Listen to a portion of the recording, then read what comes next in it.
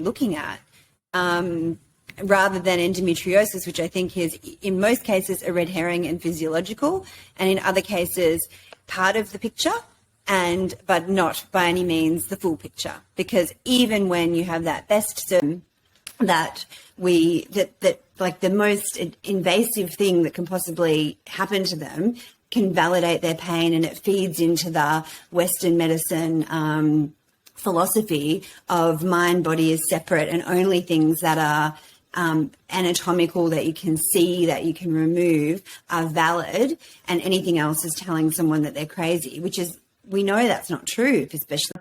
And if we think about that from a nervous system perspective, you know, all of that fear and worry and it all upregulates our nervous system, puts us into fight or flight mode, and increases our pain sensitivity. And we talk to patients all the time about menstrual leave. You know, I say to patients, give yourself a day off.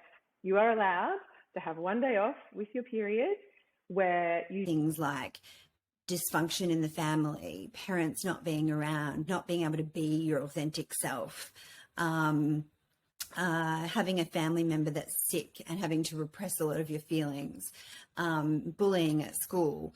There can be a lot of things that can contribute to that developmental trauma. But we always see patients who are really concerned because they're presenting with period pain or pelvic pain, and they might be really young, and they might be worried about endo, and they might, you know, really their main concern is about their chances of conception.